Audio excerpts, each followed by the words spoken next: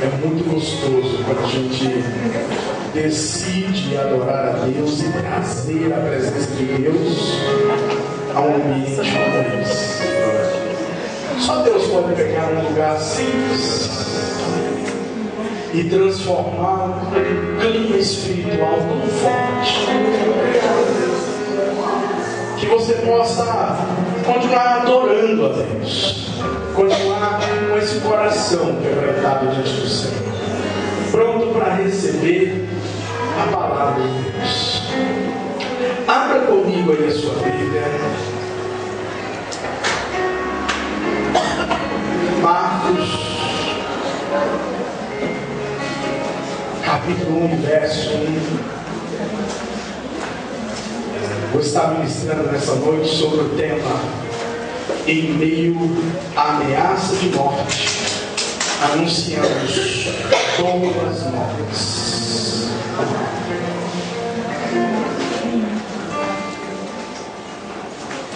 Em meio à ameaça de morte, anunciamos boas novas. No princípio do Evangelho de Jesus Cristo, Filho de Deus. Diga comigo assim: princípio do Evangelho de Jesus Cristo, Filho de Deus. Para ensaio está quase bom. Vamos repetir? Princípio do Evangelho de Jesus Cristo, Filho de Deus. Eu, nessa noite, a noite passada para hoje, na hora de deitar, entrou muito forte no meu coração o Evangelho de Marcos. E sabe quando dá vontade de você desistir de dormir para comer palavra? E veio o meu coração e ficou, e hoje comecei a esboçar uma coisa, que era muita coisa. Você falar sobre o Evangelho de Marcos, uma pregação, é impraticável, né? E eu estava tentando condensar para que coubesse uma mensagem que estava crescendo no meu coração. Vou tentar, espero ser bem sucedido. Eu introduzo essa mensagem trazendo um dado histórico para que você possa compreender e se situar. Esse evangelho, ele possivelmente foi o primeiro a ser escrito dos evangelhos sinóticos. É compreendido em Mateus, Marcos e Lucas. Apesar de estar nessa ordem, Mateus, Marcos e Lucas, o primeiro é o Evangelho de Marcos. E quando Marcos ele escreve, ele não estava escrevendo porque alguma editora tinha contratado e dito: você é um cara fenomenal, você é um luz, não é o Max do carro? Vamos te contratar, vamos bancar você e você vai só escrever, não faz mais nada, vamos te dar uma casa na praia. Na verdade não era nada disso. O que estava acontecendo com Marcos era algo totalmente diferente. Agora nós estamos diante de um momento histórico em que Nero, no ano de 64, ele decide colocar a culpa nos cristãos porque houve um incêndio na cidade de Roma e ele não tinha como justificar aquela loucura que ele mesmo provocara, e ele achou um bode expiatório: ninguém melhor do que os cristãos. Naquele momento houve uma perseguição tão terrível que gerou ou culminou na morte de dois apóstolos, Pedro e Paulo. Mas o que me chama a atenção aqui é que geralmente uma perseguição inibe as pessoas. Geralmente perseguições trava ministérios, impede com que as pessoas prossigam tudo aquilo que Deus lhe prometeu. E é curioso você notar que Marcos ele escreve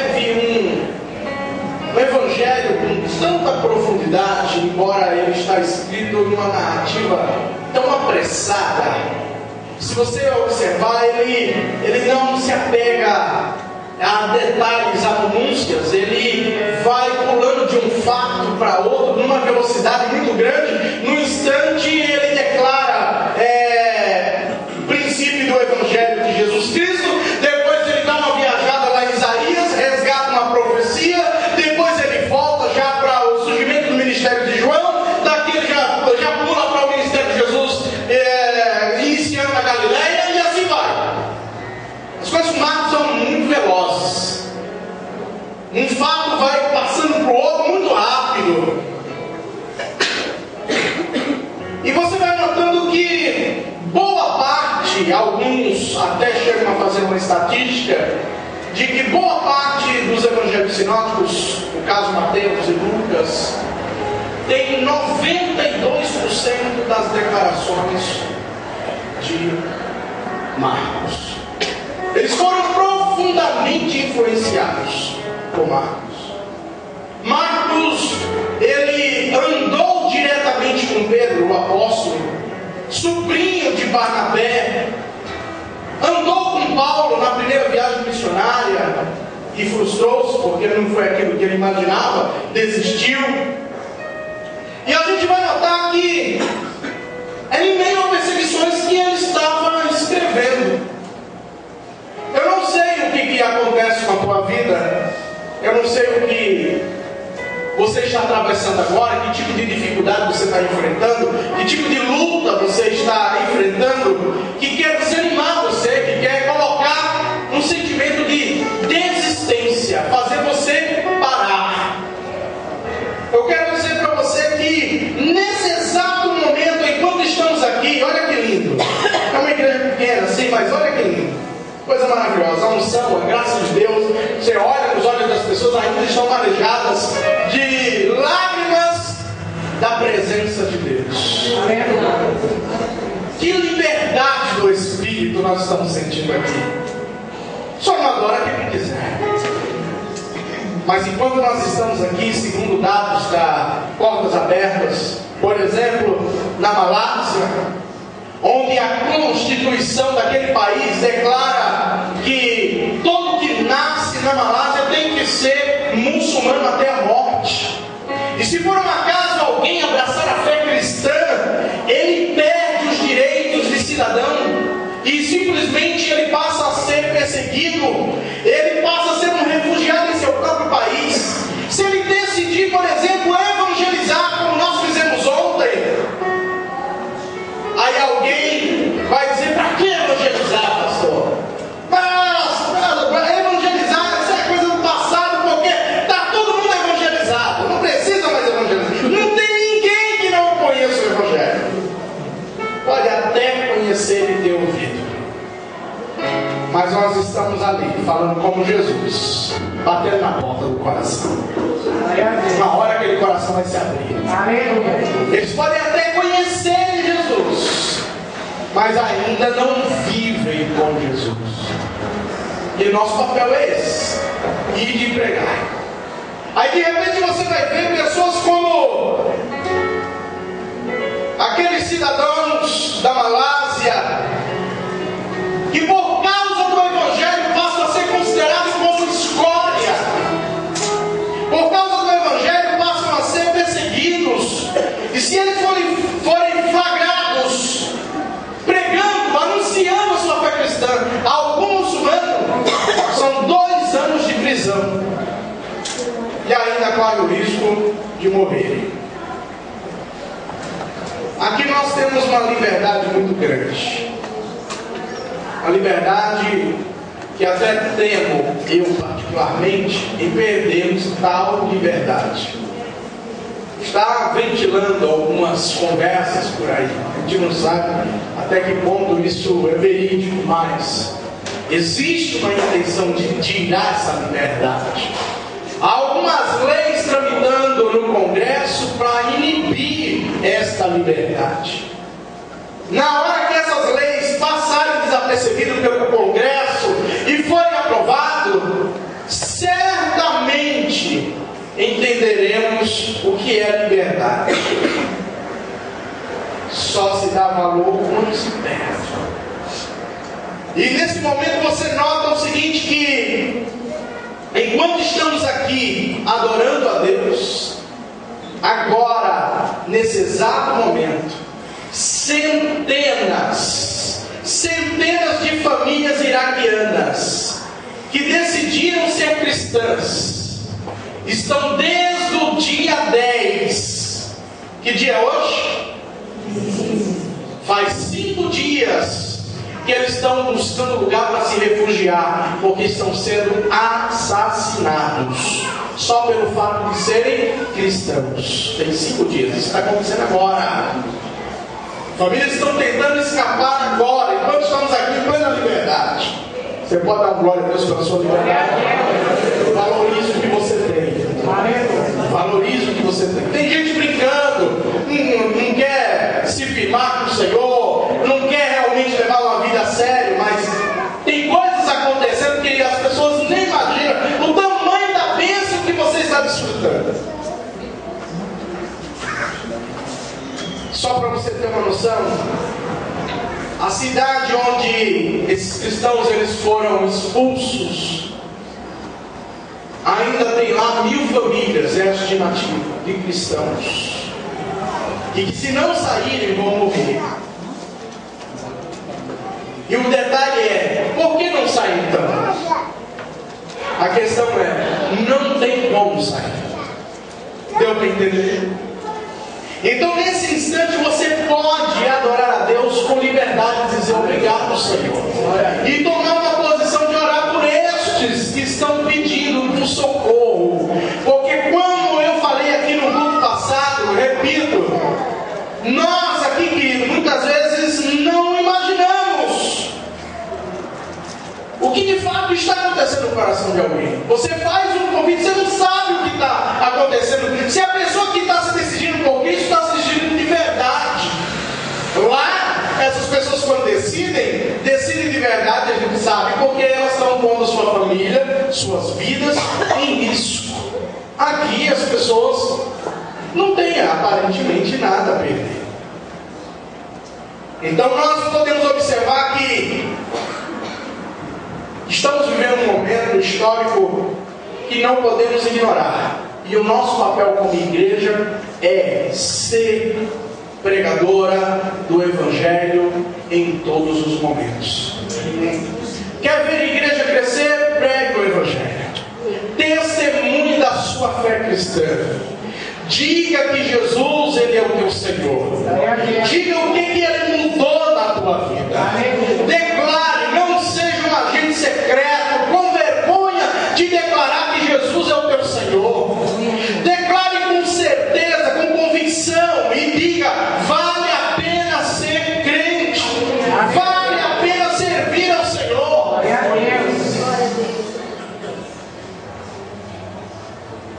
E em meio à ameaça de morte, Marcos surge nesse cenário.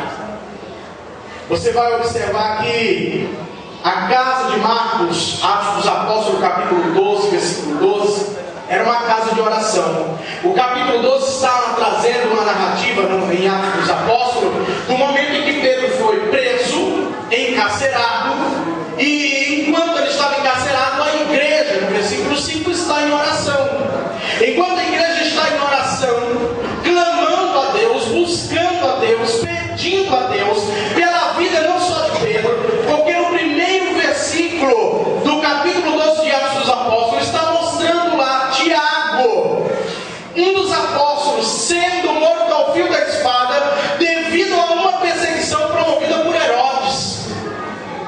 E como ele percebeu que alguns judeus haviam gostado daquela perseguição contra a igreja, eles vão continuar com essa brincadeira. É legal, está dando popularidade para mim. Então ele começa uma perseguição e prende a Pedro. E a tendência era para ele prender todos os apóstolos. E naquele momento que ele é preso, era o momento em que a igreja estava em oração. E eu chamo a atenção de vocês para uma coisa. Às vezes passamos algumas lutas e tribulações na nossa casa, família, trabalho, pessoais, ministeriais, financeiros.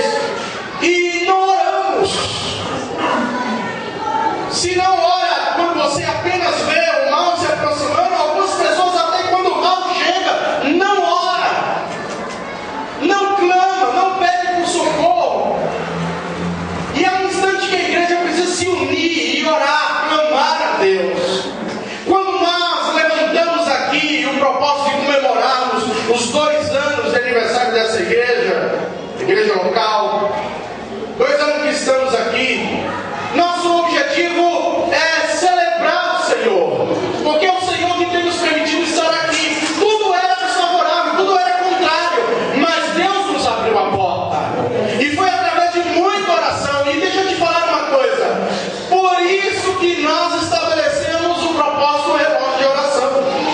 Quem está envolvido no relógio de oração? Se envolva, querido. Se você não está, se envolva. Ah, já tem fulano, não tem problema, mais um naquele horário. Se um cochilar, o outro está acordado. Amém, querido? Entra nesse propósito aí, ora conosco, clama, jejuma com a gente, pede ao Senhor. Deus vai fazer milagres na tua vida, vai operar grandemente na tua vida. A igreja estava orando, estava clamando a Deus. Quando a igreja clama, há uma intervenção divina. Pedro estava preso, e naquele momento que estava preso, Deus envia o seu anjo naquele cárcere e começa a abrir portas. Enquanto a igreja ora, Deus abre portas, cadeias são quebradas, Deus faz com que o impossível aconteça. Se a igreja se unir em oração, querido, algo diferente começa a acontecer no mundo espiritual. Deus começa a chacoalhar autoridades poderosas que tinham poder sobre a tua vida, de repente perde esse poder, porque a igreja está envolvida em oração. Eu quero clamar a igreja nessa noite.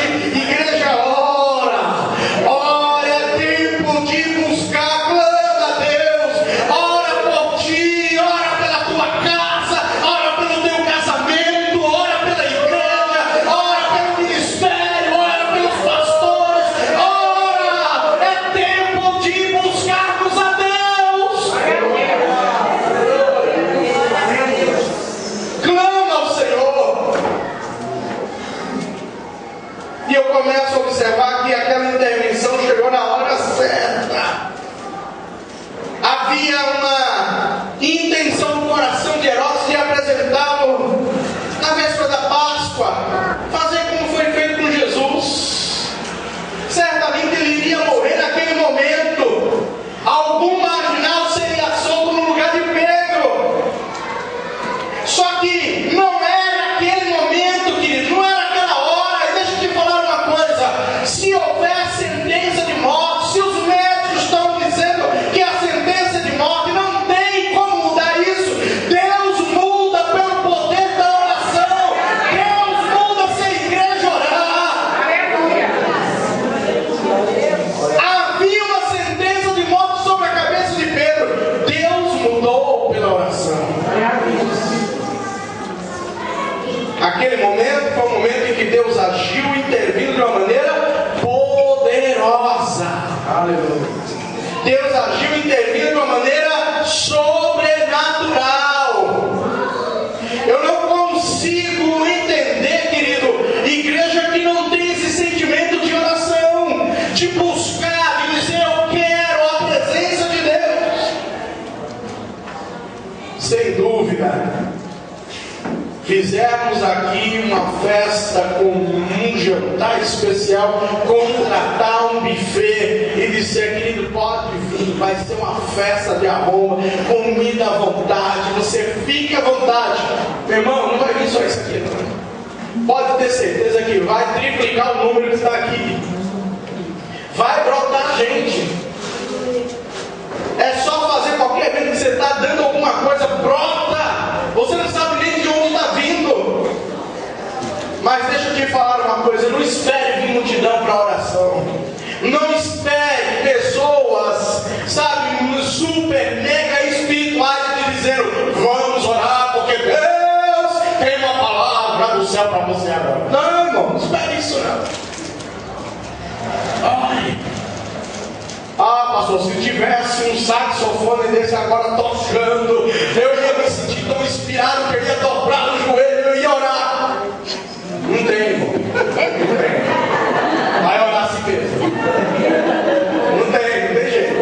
Se tivesse esse grupo de louvor, que péssimo! Não tem, querido, ora assim mesmo.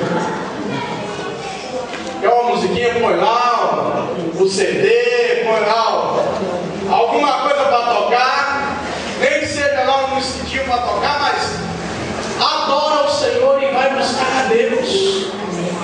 Busca o Senhor, pede para o Senhor vir ao teu encontro, vir à tua casa, tenha experiência com Deus. A igreja estava orando, querido, e olha, detalhe, hein? A igreja primitiva estava acostumada a orar e ver milagres de Deus. Eles oravam e a terra tremia. Mas o interessante é que quando Deus enviou aquele anjo ali que abriu a porta, Pedro foi passando e simplesmente quando ele chega na casa onde estava a turma reunida, e onde era isso? Era na casa da mãe de Marcos, que era uma mulher de oração, que gostava de reunir os crentes para orar. Casa da mãe de Marcos. Marcos tinha uma mãe que gostava de orar. Tem filho, querido, que tem mãe que ora por ele. Tem filho que devia dar graças a Deus porque tem uma mãe que ora. Tem filho que devia dizer: Senhor, obrigado porque minha mãe ora por mim. Se eu ainda estou de pé, porque eu tenho uma mãe que ora por mim. Quantas vezes Deus enviou o anjo para te livrar da morte, e você nem sabe que era a tua mãe orando em casa dizendo: Deus manda o anjo agora livrar o meu filho, livrar a minha filha.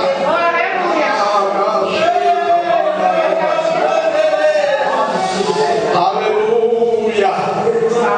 Marcos tinha uma mãe que orava. Pastor, e eu que não tenho mãe nenhuma que ora. Ora você, irmão. Você vai ser essa coluna que vai orar lá dentro da tua casa.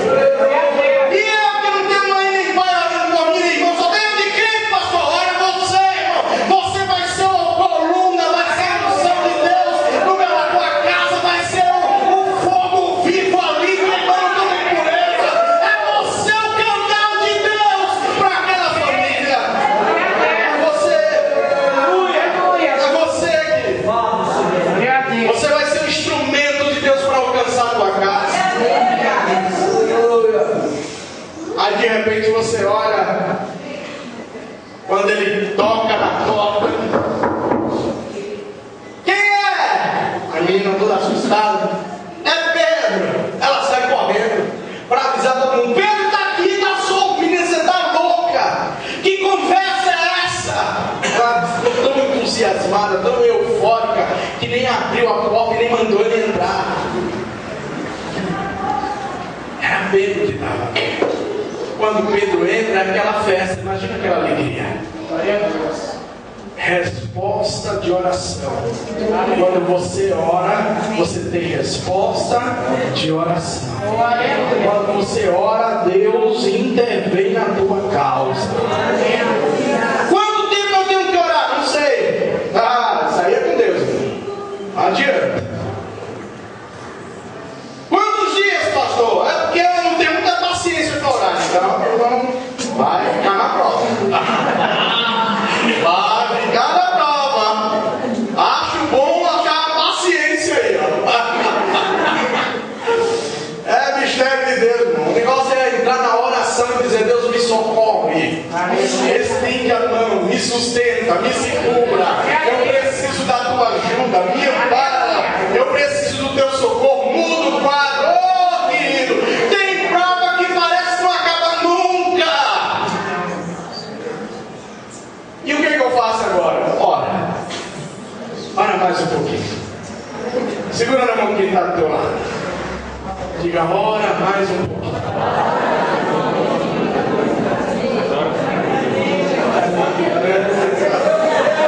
Aleluia. Ora mais um pouquinho, igreja.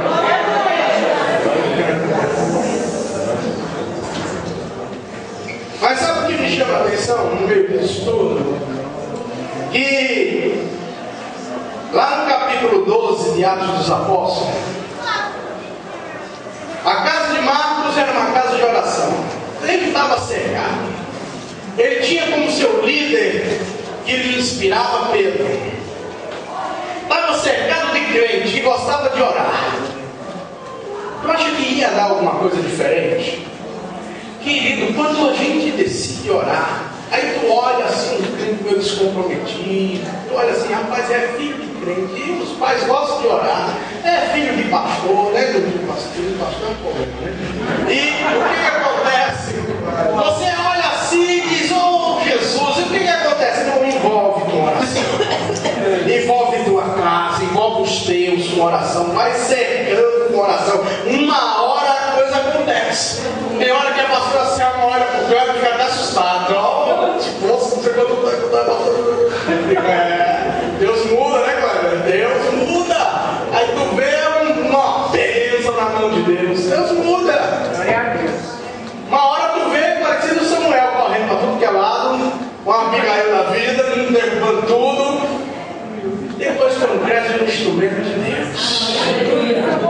Envolve uma oração. Começa lá em casa, hein?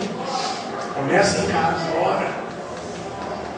Esses dias, Samuel saiu da cama dele, desceu a escada, veio para a sala, dobrou o joelho e começou a orar. Ficou olhando assim para ele, orando.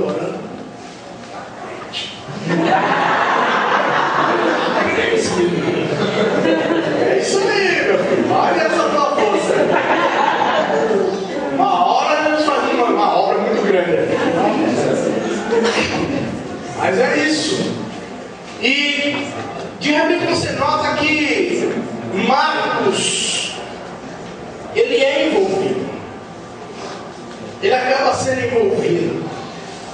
E a Bíblia nos fala no capítulo 12 de Atos dos Apóstolos, versículo 25, Barnabé e Saulo, cumprida a sua missão, voltaram a Jerusalém, levando também consigo João, apelidado Marcos.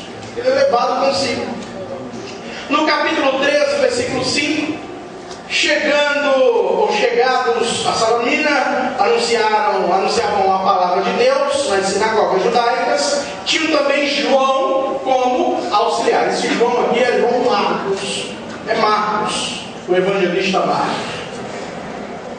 Aí quando chega no versículo 13, navegando de Pafos, Paulo e seus companheiros dirigiram-se a Perge da Panfilha. João, lembra que João é o mesmo João Marcos, é o Marcos evangelista, porém, apartando-se deles, voltou para Jerusalém. Você acha que isso aqui foi algo muito fácil para Paulo engolir?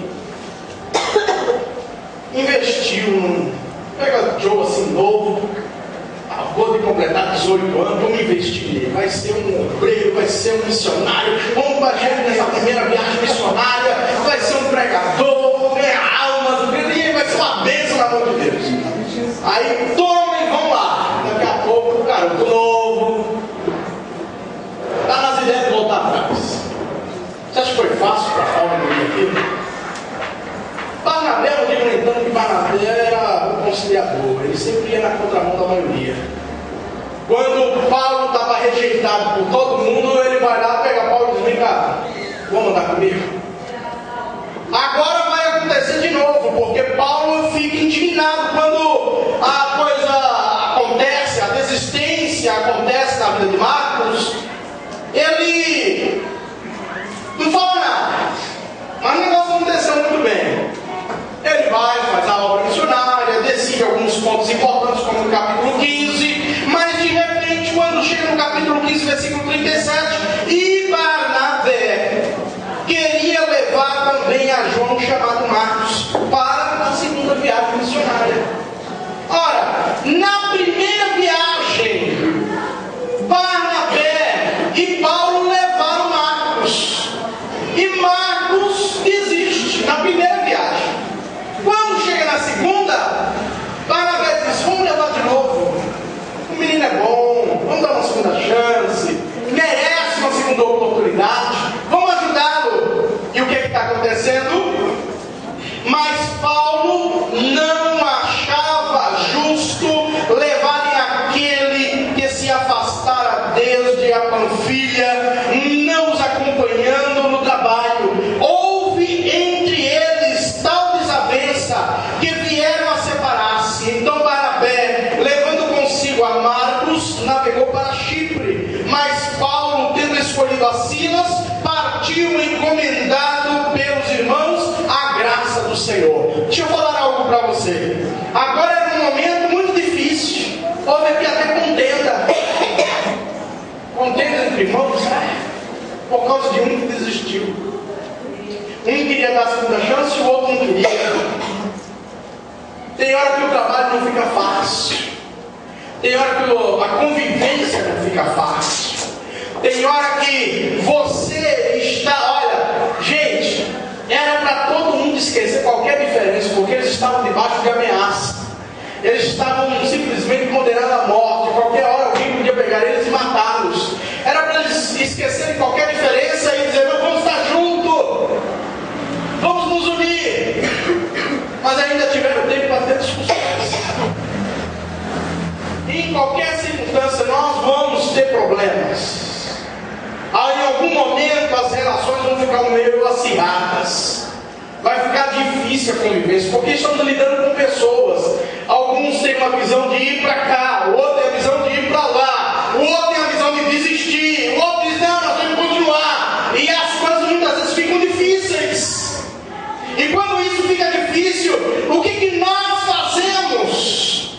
Queridos, esse era o momento em que Marcos precisava de ajuda. Barnabé, que já tinha ajudado Paulo, disse: eu vou ajudar. Paulo já caminha com as suas próprias pernas. Agora é minha hora de investir em Marcos. Investir naquele que deu problema. Agora é a hora. Nem todos vão conseguir ter essa graça. Paulo, por mais brilhante que fosse, por mais extraordinário, por mais ensinador que fosse, por mais milagre que acompanhasse o seu ministério, ele não teve paciência com Marcos. Precisou de um Barnabé. Se de repente você está aí dizendo: meu Deus, eu preciso de um Barnabé, ora mesmo, Jesus levanta. Vários, não só, mas vários Barnabés. Para que ele possa, para que o Senhor possa te ajudar através de alguém, para que você não pare, não desista. Todos nós precisamos em algum momento de um Barnabé na nossa vida. Quem aqui já não teve vontade de desistir em algum momento? Quem aqui já não teve vontade de parar? Quem aqui já se deparou com situações que até nem tinha explicação? Desistir de casamento, desistir de marido, desistir de filho, desistir de mulher, desistir de trabalho, desistir de igreja. Quem já não teve esse sentimento de parar? Só que nessa hora que Deus coloca alguém, não importa em que momento, às vezes não é nem alguém que você espera, mas Deus coloca alguém do teu lado para dizer uma palavra: não desista. Não pare. O Senhor ainda tem uma obra para você. O Senhor não se esqueceu de você.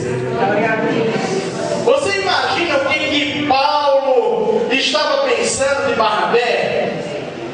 Eu posso imaginar. Como é que pode? Eu estou levando trabalho todo a sério. Essa obra é importante para o Senhor. Aí pega uma pessoa que desistiu. E Barnabé do outro lado dizendo: meu filho, a vida é assim mesmo. Tem hora que bate a fraqueza, tem hora que a gente quer desistir, mas chega a hora de você continuar. Vamos, caminha mais um pouquinho, anda mais um pouquinho. Deus tem algo na sua vida, anda, caminha. E a gente não tem mais notícia, tem um sumiço de Marcos e Barnabé na história aqui. Só aparece Paulo e Silas, Silas e Paulo e Silas. O negócio vai evoluindo. E ele escreve carta para um lado, escreve carta para o outro. E sobre Marcos. Marcos desaparece completamente naquela situação. A Bíblia não registra o momento da reconciliação. Mas houve um momento de reconciliação. De repente, amigos que caminham lado a lado na igreja podem ter uma desavença. Pode até ter. Não deveria, mas pode. Pode acontecer. Mas o importante é que haja reconciliação. O importante é que você peça perdão. É inconcebível caminhar na mesma igreja sem se falar. Dois irmãos em Cristo e não se falam. Se é inconcebível isso na família, quanto mais na igreja. Imagina passar pelo outro e não dar paz do Senhor. Imagina andar dentro de casa e não se cumprimentar. É inconcebível essa ideia. Marido e mulher que não se cumprimentam, fica só no Face lá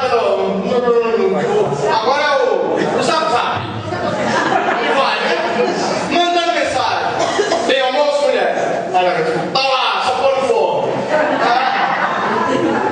Tem suco?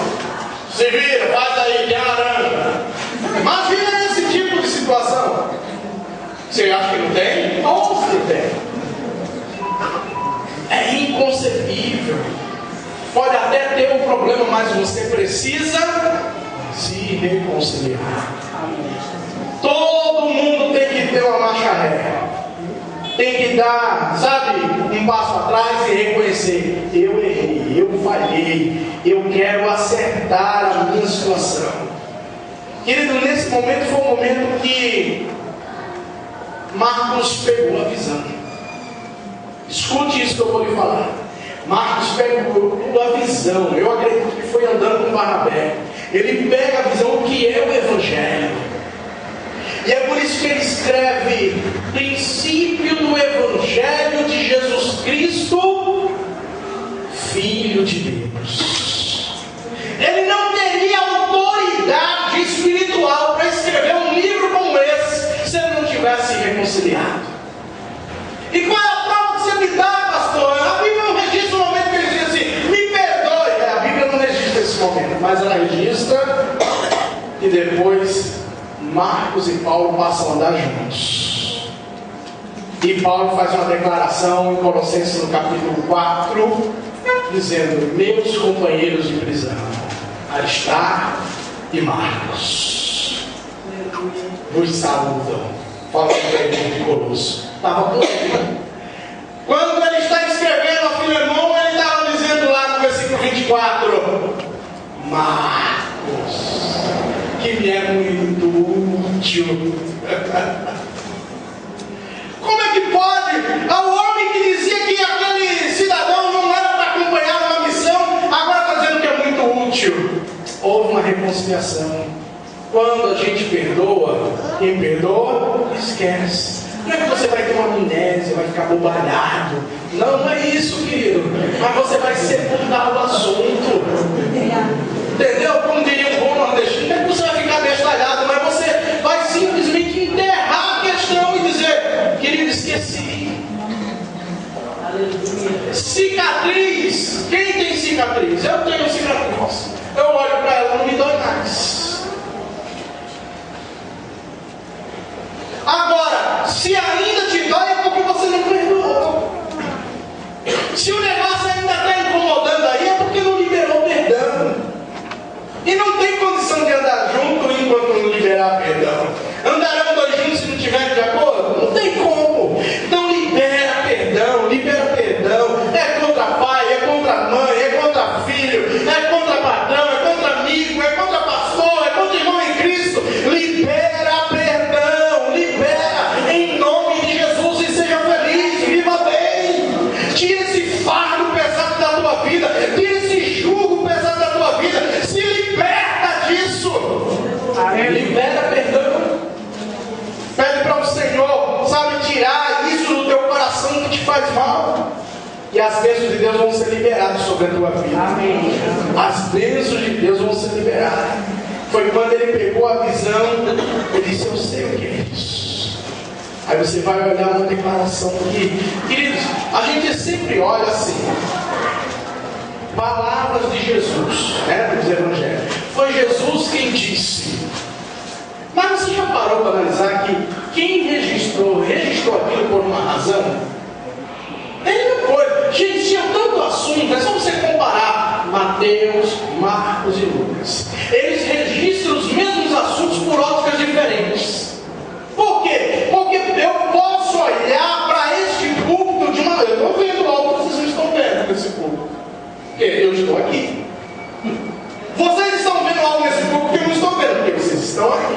Estamos em ângulos diferentes, vendo o mesmo púlpito, só que por ângulos diferentes. Eles todos estavam olhando para o Evangelho sob óticas diferentes. Haviam motivações diferentes. Você imaginou por que Marcos escreveu o Evangelho de Marcos? Então pare para pensar aí. Quando você abre aí no capítulo 8. Abre aí no capítulo 8. Ele vai registrando. Ele pegou a visão, irmãos. Pega a visão do Evangelho do Reino. Pega a visão do Evangelho do Reino nessa noite e aplica a tua vida. Capítulo 8, versículo 34. Então, convocando a multidão e juntamente os seus discípulos, disse-lhes: quem é que está registrando? Marcos que está registrando esse ocorrido. Aí ele vai narrar exatamente o que Jesus estava dizendo. Se alguém quer vir após mim, a si mesmo se negue, ou negue-se a si mesmo, tome a sua cruz e olha, para perdoar eu tenho que negar a mim mesmo. Ah, não, pastor, aí você é muito besta, porque já errou comigo, já pisou na bola, pisou no tomate, na maionese, o que for. Irmão, você agora é cristão, nasceu de novo, tem que ter mente de Cristo, o teu coração tem que ser livre, liberto. Então libere. Quem quiser vir após mim, negue-se a si mesmo. Glória a Deus. Quem quiser, pois, salvar a sua vida, perdeu-a. Tem coisas que eu vou perder. Tem coisas que eu vou perder. Quantas situações que eu vivi, eu entrei em acordo com a minha esposa, às vezes ela revoltada com aquela situação, eu contornando, eu disse: deixa. Que a hora que eu não tinha nem resposta para dar para ela, só dizia: deixa, deixa. O Senhor vai lutar por nós. O Senhor vai guerrear por nós. Tem situação que não temos como nos justificar, porque quanto mais você tentar, fica pior. Então, o Senhor pelejará por nós. Você está inocente na questão? Se é servo de Deus, acredita que Deus é por você, Ele já entrou na tua causa para guerrear por você. A vitória vai vir no tempo certo de Deus. Aí ele continua dizendo: quem quiser, pois, salvar a sua vida, perdê-la-á, e quem perdoar a vida por causa de mim e do Evangelho, quem perder a sua vida por causa de mim e do Evangelho, ele salvará. Você vai salvar a sua vida.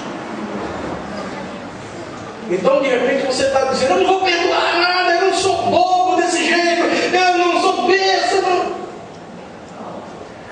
Enquanto você estiver nessa condição, você está ganhando a sua vida. Mas pode estar perdendo a sua salvação. Raízes de amargura estão se alojando dentro do teu coração. Mas quando você decidir liberar perdão, ainda que você ache, ainda que outros achem você um bobo, um tonto, libera.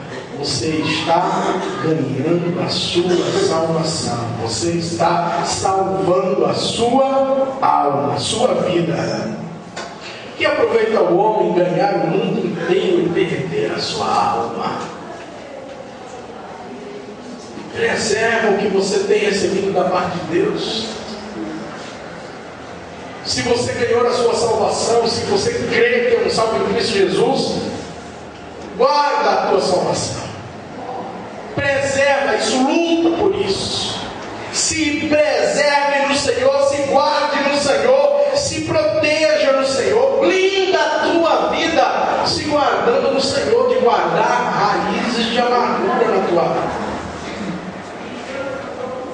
Foi o que Marcos fez. Marcos liberou perdão. Paulo fez. Paulo liberou perdão. Barnabé fez. Liberaram perdão.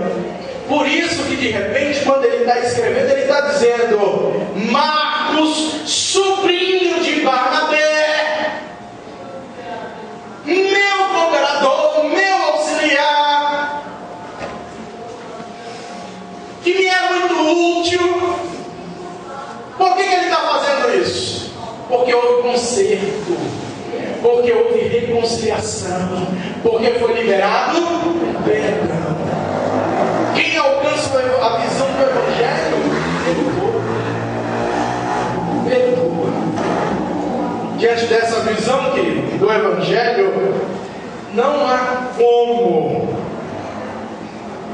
não registrar, como foi o caso de Marcos, o que está escrito lá no capítulo 16, versículo 15 em diante, que é conhecidíssimo e muito utilizado para evangelismo. Marcos agora está restaurado, com uma visão do Evangelho de Cristo de uma maneira tremenda.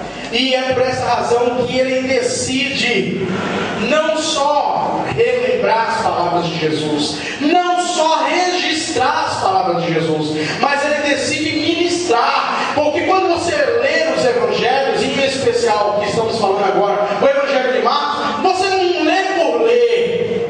O Espírito Santo ele está presente enquanto você lê. O Espírito Santo ele está presente enquanto você está lendo. É por isso que quando você lê, você começa a ser ministrado. O Espírito Santo começa a falar no seu coração. E é por isso que quando ele decide registrar esse capítulo 16, para quem um dia correu das missões, agora está dizendo: e disse-lhes, ide por todo o mundo e pregai o Evangelho a toda criatura. Glória a Deus. Mas quem é que está falando de Marcos, irmão? Que não quis caminhar com Paulo. Mas agora foi restaurado. Agora ele estava fazendo missões. Agora ele estava ajudando na obra. E eu vou te falar, alguns tropeços que você teve na sua caminhada não podem inibir o que Deus tem para fazer através de você. Te levanta de cabeça erguida, deixa Deus te usar na melhor forma possível. Seja instrumento de Deus. Fica de pé comigo. E disse-lhes: ide por todo mundo.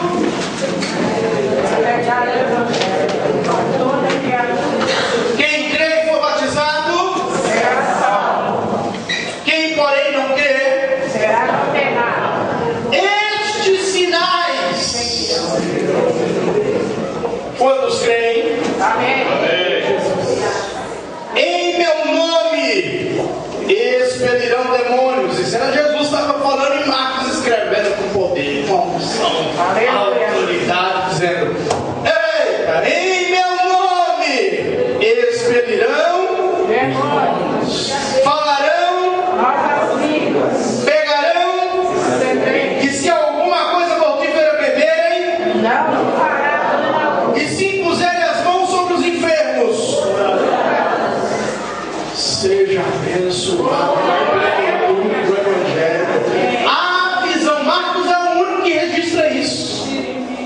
E há uma corrente teológica que quer descredenciar Marcos por essa passagem, dizendo: não, isso não foi ele que escreveu. Isso aí foi enxergado. Só que os principais manuscritos mais antigos registram essa passagem. Deixa eu te falar uma coisa. Marcos estava escrevendo aquilo com que ele podia falar com propriedade. Vamos falar de Jesus? Amém. Vamos falar de Jesus? Amém. Quer ver a igreja crescer? Fale de Jesus. Glória a Deus. Fale de Jesus. Quero chamar o ministério de louvor aqui na frente.